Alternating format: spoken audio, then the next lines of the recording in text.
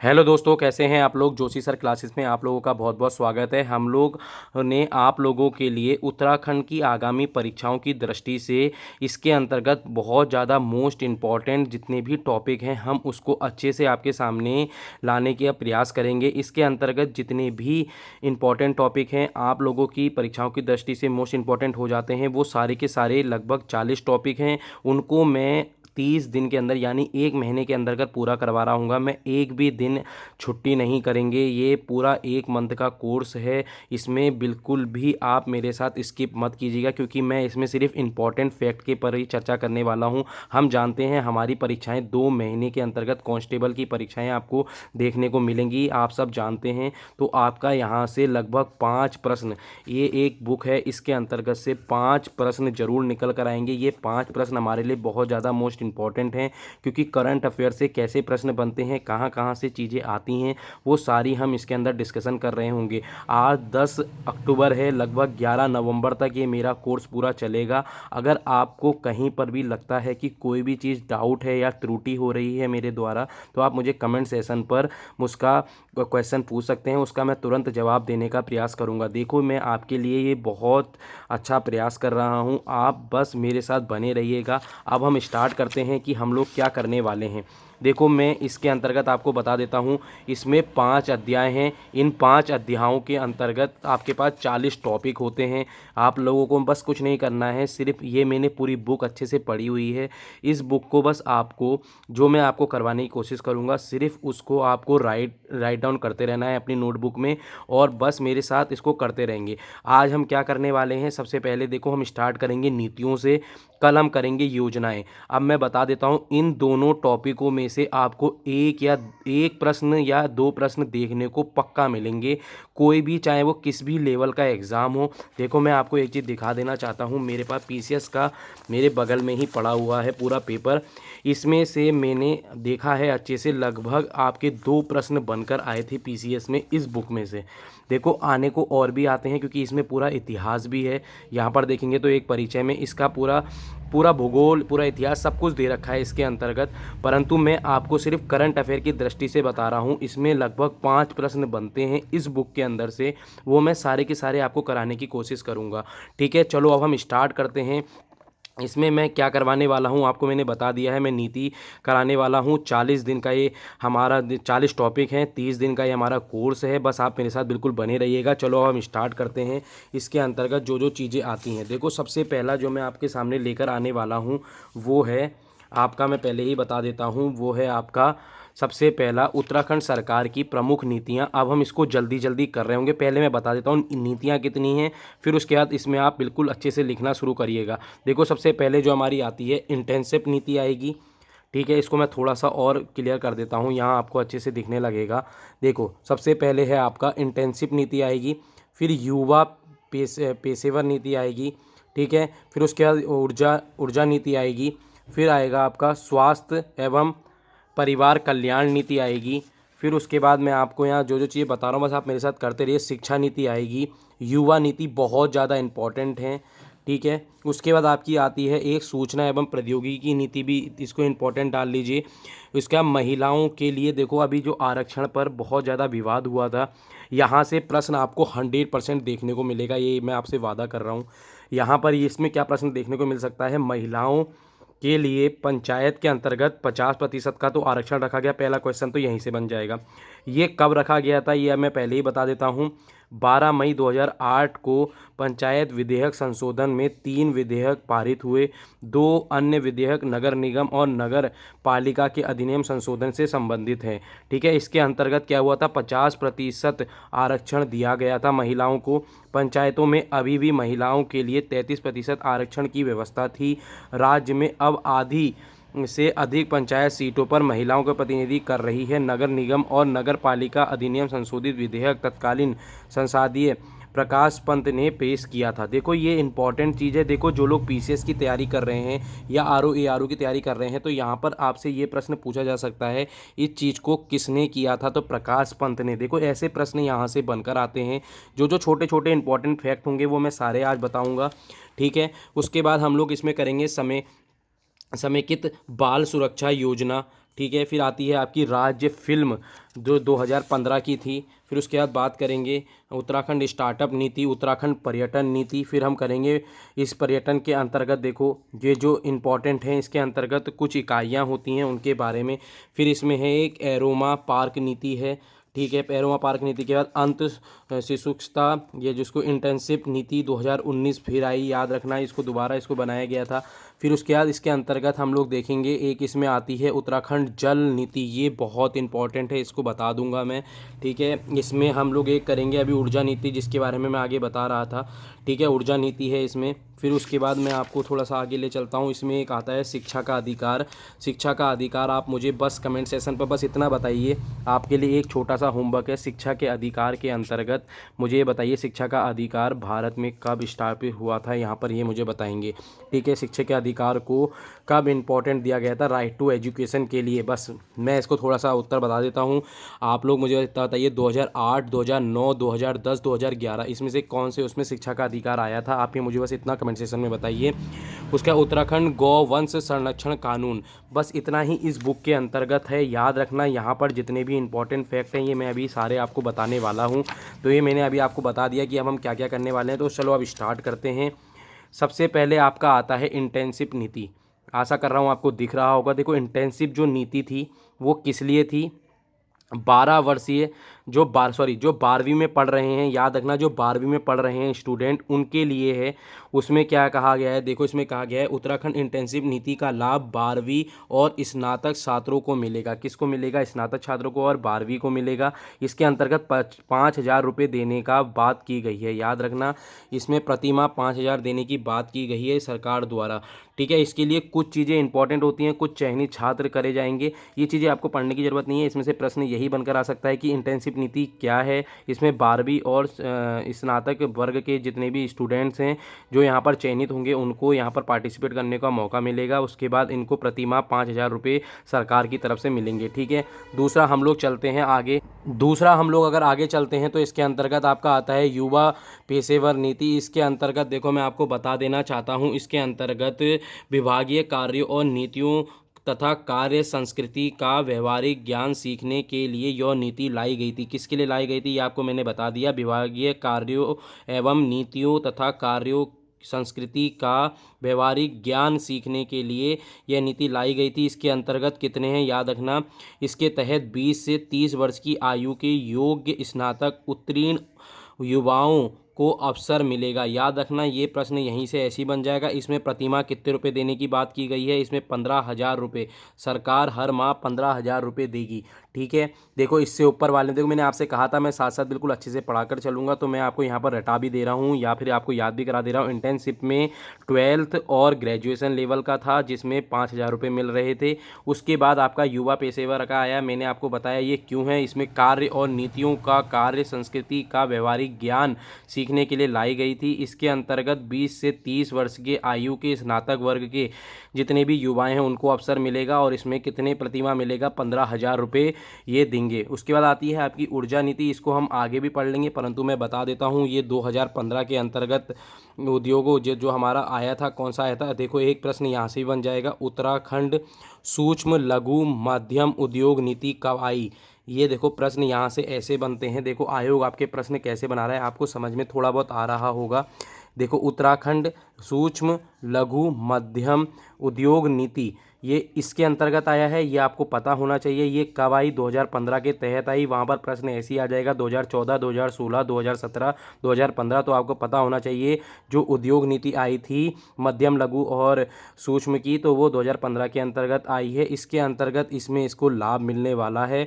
और इसमें देखो आगे अब हम चलते हैं, आगे आता है स्वास्थ्य एवं परिवार कल्याण नीति। इसके अंतर्गत भी थोड़ा बहुत देख लेते हैं। इसमें क्या है, इसमें है जो भी एपीएल एक समस्त राज्य के समस्त एपीएल परिवारों को नगद रहित नगद रहित स्वास्थ्य बीमा का लाभ देने का उद्देश्य है। यही इम्पोर्टेंट है इसमें, क्योंकि देखो आपको पता होता है एक बीपीएल कार्ड होता है, एक एपीएल, ऐसे कार्ड होते हैं, उसके अंतर्गत जो इसमें आते हैं उन लोगों को ही यहाँ पर मिलेगा। इसमें एपीएल के लोगों के लिए है, याद रखना। स्वास्थ्य परिवार कल्याण नीति के अंतर्गत एपीएल परिवारों के लिए है, पहला पॉइंट। दूसरा पॉइंट इसमें मैं आपको बता देता हूँ, इसमें क्या कहा गया है, इसको ध्यान से देखिए। यहाँ पर लिखा है पेंशन योजनाओं के अंतर्गत समस्त पात्र व्यक्तियों को लाभान्वित किए जाने के उद्देश्य से मासिक आय की सीमा में 1,000 रुपये से बढ़ाकर 4,000 रुपये। ये प्रश्न यहाँ पर डायरेक्ट बन सकता है कि 1,000 से 5,000 तक कौन सी नीति में हुआ था। यहाँ पर 4-5 नीति इससे ही रिलेटेड दे देंगे, आपको पता होना चाहिए कि इसमें हुआ था। अब हमारी आती है वन नीति। वन नीति के अंतर्गत मैं आपको बता देता हूँ, वन संरक्षण में लोगों को जोड़ने तथा मानव वन्य जीव संघर्ष के दौरान जन माल की क्षति हेतु अनुग्रह राशि में वृद्धि हो, इसलिए इस नीति को बनाया गया था, याद रखना। इसके अंतर्गत मैं थोड़ी सी चीज़ और बता देता हूँ। देखो इसमें 1,00,000 रुपये से बढ़ाकर 3,00,000 रुपये कर दी गई है। देखो यहाँ से जो प्रश्न आते हैं ना, यहाँ से प्रश्न आप लोगों को सिर्फ पता होना चाहिए इस नीति के अंतर्गत क्या है और ये नीति कब आई। अब जैसे मैं आपको ले चलता हूँ अगली युवा नीति। देखो युवा नीति जो आपकी आई है 2011 के अंतर्गत आई है। बस आपको यहाँ पर एक पॉइंट आपका ये हो गया।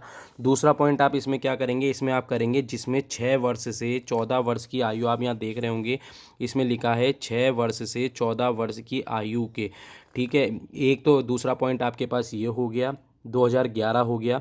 उसके बाद और 35 वर्ष से उसकी आयु कम हो, ये कुछ भी क्वेश्चन बना सकते हैं। देखो मैं आपको पहले ही बता रहा हूँ, लोक सेवा आयोग आपका अंदर से, यानी जो मैं आपको डीप पढ़ा रहा हूँ इसी के अंदर से आपको क्वेश्चन देखने को मिलेंगे। जितने भी इंपॉर्टेंट फैक्ट हैं ऐसे ही उठकर आते हैं। अगर वो आपसे पूछ लेंगे युवा नीति के अंतर्गत अधिकतम आयु सीमा कितनी है, तो आपको पता होना चाहिए 35 वर्ष, ठीक है। ये चीज़ें इंपॉर्टेंट हैं। और मैं आपको बता देता हूँ थोड़ा आगे, अब हम चलते हैं महिलाओं के लिए। मैंने अभी आपको बताया था ये कब है, 12 मार्च 2008 है, 12 मार्च 2008 है। इसके अंतर्गत क्या हुआ था, मैंने आपको इससे पहले थोड़ा पूरा बता दिया था, इसमें थोड़ा बता देता हूँ। इसमें पंचायतों में महिलाओं के लिए 50% आरक्षण था, परंतु अभी भी महिलाओं को 33% आरक्षण की व्यवस्था है। उसके बाद मैं इसमें बता देता हूँ, इसमें 2 चीज़ें हुई थी, इसमें नगर पालिका और उसके लिए क्या कहते हैं, नगर पालिका और न्यायपालिका के लिए भी इसमें विधेयक बना तक आया, तो 3 था। इसमें दो और थे, नगर पालिका और नगर निगम के लिए। और फिर मैं आपसे बता देता हूँ ये किसने किया था। इस देखो नगर निगम और नगर पालिका अधिनियम संशोधित विधेयक तत्कालीन संसदीय, उस टाइम जो तत्कालीन संसदीय कार्य मंत्री कौन थे, प्रकाश पंत जी, उन्होंने किया था। ये इंपॉर्टेंट है, याद रखना, ये प्रश्न यहाँ से डायरेक्ट बनेगा। फिर उसके बाद हम लोग चलते हैं उत्तराखंड वन्य जीव बोर्ड, याद रखना ये कब आया था। एक प्रश्न आपका यहाँ से आ गया, क्या आया है, देखो इसमें ध्यान से देखो क्या लिखा हुआ है। इसमें लिखा हुआ है वन्य जीव संरक्षण अधिनियम, ये एक्ट कब आया था, 1972 में। एक क्वेश्चन डायरेक्ट बन गया, ठीक है। इसमें कितनी धाराएं, ये याद रखना कौन सी धारा है, कि धारा 6 में वन्य जीव, याद रखना कौन सी धारा, धारा 6 में वन्य जीव प्रबंधन के साथ मानस की आकांक्षाओं एवं अभिरुचि को जोड़ने के उद्देश्य के तथा जनता को शक्ति संपन्न बनाने हेतु राज्य वन्य जीव बोर्ड का गठन किया गया था। ये देखो ये मेन चीज़ क्या है, मैंने आपको पहले ही बोल दिया है। इसमें धारा कौन सी है, धारा 6 के तहत हुआ है, याद रखना। कौन सा एक्ट आया था, 1972 में एक एक्ट आया था आपका, उसके अंतर्गत ये जो वन्य संरक्षण अधिनियम जो आया था 1972 का, उसके अंतर्गत यहाँ पर एक बोर्ड का निर्माण हुआ। ये बोर्ड धारा 6 के अंतर्गत है, आपको ये पता होना चाहिए, ठीक है। उसके बाद हम चलते हैं समेकित बाल सुरक्षा योजना। इसके अंतर्गत क्या हुआ है, इसमें भी थोड़ा बता देता हूँ। भारत सरकार द्वारा मार्गदर्शित समेकित बाल सुरक्षा योजना को उत्तराखंड सरकार ने भी अपने राज्य में लागू कर दिया है। यह योजना प्रथम चरण में समेकित बाल सुरक्षा बोर्ड की स्थापना की गई है और राज्य के जनपदों में इसके सृजन के साथ नियुक्ति की प्रक्रिया चलाई जा रही है। ठीक है, इसमें इम्पॉर्टेंट क्या है, इसकी योजना के तहत सभी जनपदों में संरक्षण, देखभाल, वंचित बच्चों के लिए चाइल्ड वेलफेयर कमेटी का गठन किया गया है। बाल सुरक्षा के लिए जुवेनाइल एक्ट, याद रखना जुवेनाइल एक्ट ये बहुत ज़्यादा इम्पोर्टेंट था। आप मुझे कमेंट सेशन में बताएंगे ये एक्ट कब आया था। ठीक है, फिर उसके बाद इसमें जितने भी बच्चे हैं उनको सहभागिता लेना, और इस योजना से खासियत यह है कि उच्च गुणवत्ता सेवा तथा ढांचायुक्त विकास नियम के लिए ज़रूरी देना। ये बहुत ज़्यादा इम्पोर्टेंट हैं जितनी भी ये योजनाएं हैं। ठीक है, उसके बाद आपकी आती है राज्य फिल्म नीति, ये 2015 के तहत आई है। देखो आपको सिर्फ देखो इतना जितना मैं आपको पढ़ा रहा हूँ ना, ये बहुत ज़्यादा इम्पोर्टेंट है, इसलिए मैं आपको थोड़ा सा देर हो सकती है क्योंकि ये आपको बिल्कुल थोड़ा पता होना चाहिए। नहीं तो मैं सिर्फ ऊपर ऊपर से ही बता सकता हूँ कि राज्य फिल्म नीति कब आई, 2015 में आई, मैं सीधे पन्ना पलट दूंगा, मगर ये फ़ायदा नहीं है। देखो आपको इसके अंतर्गत से पढ़ना ही पड़ेगा। अगर आप इसको पूरा नहीं पढ़ते हैं तो ये कैसे करके पूरा का पूरा आपको आएगा, है ना। अगर यहाँ से प्रश्न कुछ भी बन जाते हैं, इसमें कौन कौन सी इंपॉर्टेंट चीज़ें हैं, जैसे इसमें से तो सिर्फ इतना ही है कि राज्य फिल्म नीति कब लाई गई, 2015 में लाई गई। ठीक है, फिर उसके बाद हमारा जो अगला आता है वो आता है हमारा स्टार्टअप वाला कब हुआ, याद रखना उत्तराखंड स्टार्टअप नीति हमारी 2018 के अंतर्गत लाई गई है। उत्तराखंड पर्यटक नीति हमारी 2018 के अंतर्गत आई गई है। अब मैं आपको स्टार्टअप वाले में बता देता हूँ। युवाओं की उद्यमिता और स्वरोजगार बढ़ाने के लिए सरकार ने नई स्टार्टअप नीति को मंजूरी की है। ठीक है, इसके तहत स्थापित हुए उद्योगों को SGST में 3 वर्ष की छूट मिलेगी। युवा उद्यमी पहले SGST चुकाएंगे, बाद में सरकार उन्हें यह राशि दे देगी।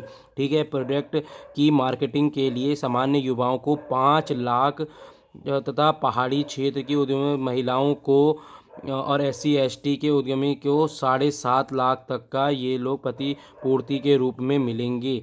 युवाओं की उद्यमिता को भावना पैदा करने के लिए स्कूल स्तर पर पढ़ाई शुरू की जाएगी, जबकि कॉलेज स्तर पर उद्यमिता का एक अलग विषय होगा। ठीक है, ये मैंने आपको पहले ही बता दिया। ये कब आई थी, 2018 के अंतर्गत आई थी। इतना मैं सब इसलिए पढ़ा रहा हूँ क्योंकि आपको यहाँ से प्रश्न अगर बन गए तो आपको ये पता होना चाहिए। देखो इसमें क्या प्रश्न था, अब आप कहेंगे ये इतना सब क्यों पढ़ा रहे हैं, तो मैं आपको बता देता हूँ। देखो सामान्य जो भी हम वर्ग हैं, जनरल वर्ग जितने भी होते हैं उन लोगों के लिए 5 लाख रुपये। उसके बाद जितने पहाड़ी क्षेत्र के हैं, महिलाएँ हैं, SC ST हैं, और उनके लिए 7 लाख रुपये का यहाँ पर प्रावधान किया गया। ये आपको पता होनी चाहिए। ये प्रश्न इसलिए मैं आपको यहाँ से पढ़ाने की कोशिश कर रहा हूँ। उत्तराखंड पर्यटन नीति 2018 के अंतर्गत लाई गई। इसमें अगर मैं आपसे कहूँ कि इसमें इसके अंतर्गत एक नीति और है, यथावत संशोधित नीति 2016 और 2017 में दिए गए वित्तीय प्रावधानों को लाभ ले सकते हैं। बस इसको ज़्यादा मत पढ़िए। इसकी नीति कब लाई गई, इसमें सिर्फ आपको 2018 के बारे में पढ़ना है, इसमें ज़्यादा कुछ करने की ज़रूरत नहीं है। ठीक है, इसके ये बहुत ज़्यादा इंपॉर्टेंट है। इसको एक बार आप यहाँ पर अपना वीडियो स्टॉप कर सकते हैं और इस चीज़ को लिख सकते हैं क्योंकि ये इसके पात्र की इकाइयाँ हैं। ठीक है, फिर उसके बाद मैं अगर आपसे बात करूँ, और ये हैं थोड़ी बहुत ही और थोड़ी हैं, इसको आप अच्छे से देख लीजिएगा क्योंकि ये इतनी सारी मैं पढ़ूंगा तो बहुत ज़्यादा टाइम आप लोगों का लग जाएगा। चलो अब हम स्टार्ट करते हैं। इसके अलावा दूसरा जो हमारा है वो है एरोमा पार्क नीति। इसके अंतर्गत अगर मैं आपसे कहूँ, ये 2018 के अंतर्गत लाई गई। ये कब लाई गई, 28 सितंबर 2018 के अंतर्गत लाई गई है। इसमें क्या है, मैं इसमें थोड़ा सा बता देता हूँ। उत्तराखंड राज्य के अंतर्गत आपको दिख रहा होगा, तो यहाँ देखिए उत्तराखंड राज्य के अंतर्गत सघन फसलों की कृषिकरण की व्यापक संभावनाओं को दृष्टिगत रखते हुए कृषकों द्वारा उत्पादित विभिन्न सघन पौधों, सघन तेल, हर्ब आदि के लिए बेहतर बाजार उपलब्ध कराकर कृषकों की आय में वृद्धि, ग्रामीण क्षेत्रों के रोजगार का बेहतर अवसर सृजित कराती है। देखो ये मैंने क्यों कराया है, क्योंकि यहाँ पर पूछ लिए जाएंगे कौन से पौधे हैं। ये यहाँ पर ये एक तो पॉइंट यहाँ से ये आ गया। उसके बाद इसके अंतर्गत मैंने आपको बता दिया 28 सितंबर 2018 एरोमा नीति लाई गई थी। ये डेट डायरेक्ट पूछ ली जाएगी, याद रखना 28 सितंबर 2018। उसके बाद आपकी आती है कौन सी, अंत शिक्षुता यानी इंटर्नशिप नीति। इसको देख लीजिए। इसमें क्या है, इस नीति में युवा विद्यार्थियों को अल्प अवधि के लिए अंत शिक्षुता यानी इंटर्नशिप जो होती है उसके लिए सरकार द्वारा संचालित विभिन्न विकासपरक नीति के संबंध में आंकड़ों का संग्रहण, विश्लेषण, रिपोर्ट, नीति आदि तैयार करने में सहयोग देना है। याद रखना ये इंपॉर्टेंट चीज़ है, इसको मैंने पहले बताया। इसका उद्देश्य क्या है, थोड़ा सा इसको भी पढ़ लेते हैं, क्योंकि कभी कभी आपके उद्देश्य से भी क्वेश्चन बन जाते हैं। इसमें क्या है, विद्यार्थियों को विभागीय कार्यों, नीतियों, कार्यप्रणालियों का व्यावसायिक ज्ञान कराना तथा परीक्षकों को तकनीकी ज्ञान, प्रबंधक कौशल के लिए सशक्त करना है। आशा करता हूँ आपको ये चीज़ें वीडियो समझ में आ रही होंगी। अगर मेरी वीडियो आपको पसंद आ रही है तो आप इसे लाइक कर सकते हैं और इसको सब्सक्राइब कर सकते हैं। उसके बाद हमारी जो आती है अगली जो है इंपॉर्टेंट, मैं उसको बता देता हूँ, वो है उत्तराखंड जल नीति। ये है 23 अक्टूबर 2019, ये अल्मोड़ा में हुई थी। याद रखना, इसकी कैबिनेट की बैठक हुई थी। ये किस नाम से, उत्तराखंड जल नीति 2019 के मसौदे को मंजूरी दी गई है। याद रखना ये इंपॉर्टेंट है। इसके अंतर्गत जो भी चीज़ें हैं वो आपका यहाँ पर लिखा हुआ है, इसको पूरा पढ़ लीजिए। ज़्यादा इंपॉर्टेंट नहीं है, इसमें सिर्फ यही चीज़ इंपॉर्टेंट थी। क्या इंपॉर्टेंट है, 23 अक्टूबर 2019, बस इसको यहाँ से इतना कर लीजिए, इससे ज़्यादा आपको इसमें कुछ नहीं करना है। उसके बाद हम अगला चलते हैं, ऊर्जा नीति। ऊर्जा नीति कब लाई गई, 29 जनवरी 2008। ठीक है, 29 जनवरी 2008। आप मेरे साथ बस इसको पूरा देखिए, यहाँ पर देखो पूरा लिखा हुआ है, आपको बिल्कुल अच्छे से समझ में आ रहा होगा। उसके बाद देखो इसमें जो स्तंभ हैं ये आप पूरा अच्छे से देख लीजिए, बहुत ज़्यादा इंपॉर्टेंट है। राज्य में ऊर्जा विकास के लिए प्रमुख स्तंभ में कौन कौन से आते हैं, इसको देख लीजिए, ये बहुत ज़्यादा इंपॉर्टेंट है, पूछ लेंगे। बस आप लोगों को इसमें क्या करना है, छोटा सा मैं आप लोगों को होमवर्क दे रहा हूँ। इन सब की स्थापना वर्ष कब है, बस आप इसको ये देख लें, इनकी स्थापना वर्ष कब हुई और ये कहाँ कहाँ पर हैं उत्तराखंड में। बस आप इस चीज़ को देखें और आप इसका कमेंट सेशन पे मुझे बता भी सकते हैं। ठीक है, उसके बाद मैं आपको इसमें बताना चाहता हूँ जो इसका अगला है, जो लास्ट थोड़ा बहुत बचा है। देखो शिक्षा नीति का मैंने आपको होमवर्क दिया था कि ये कब हुआ था, आप ही मुझे बताएंगे कमेंट सेशन में। उसके बाद इसमें एक आता है उत्तराखंड गौवंश संरक्षण कानून। ये क्या था, इसको मैं पहले ही बता देता हूँ। ये 2017 के अंतर्गत लाया गया था पहली बार। ठीक है, इसके अंतर्गत क्या हुआ था, गौ संरक्षण का यह कानून पशु क्रूरता निवारण अधिनियम 1960 में जो बना था, उत्तराखंड संरक्षण अधिनियम 2007 का संशोधित रूप है। याद रखना 1960 में बन चुका था। उत्तराखंड संरक्षण अधिनियम 2007 का ये कौन सा रूप है, संशोधित रूप है। 21 अक्टूबर, क्या डेट है यहाँ पर लिख देता हूँ मैं, 21 अक्टूबर 2017। ठीक है, ये इम्पॉर्टेंट डेट है इसके लिए, क्योंकि आप लोग जानते हैं गौ रक्षा इस टाइम बहुत ज़्यादा इम्पॉर्टेंट एक मुद्दा बना हुआ है। देखो आयोग यहीं से ही ऐसे प्रश्न निकालता है जहाँ से मुद्दे बनकर आते हैं।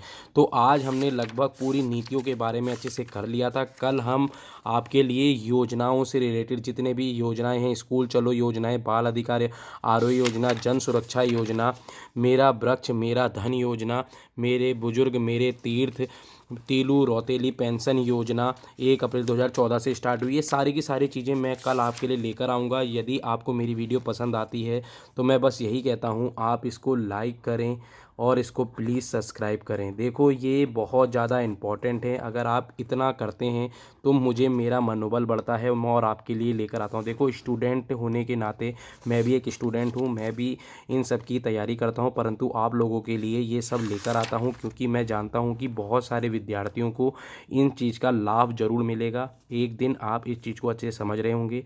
आज मैं अपनी वीडियो को यहीं पर समाप्त करता हूँ, मिलते हैं कल इसी टाइम पर। Okay, thank you, tata, good bye.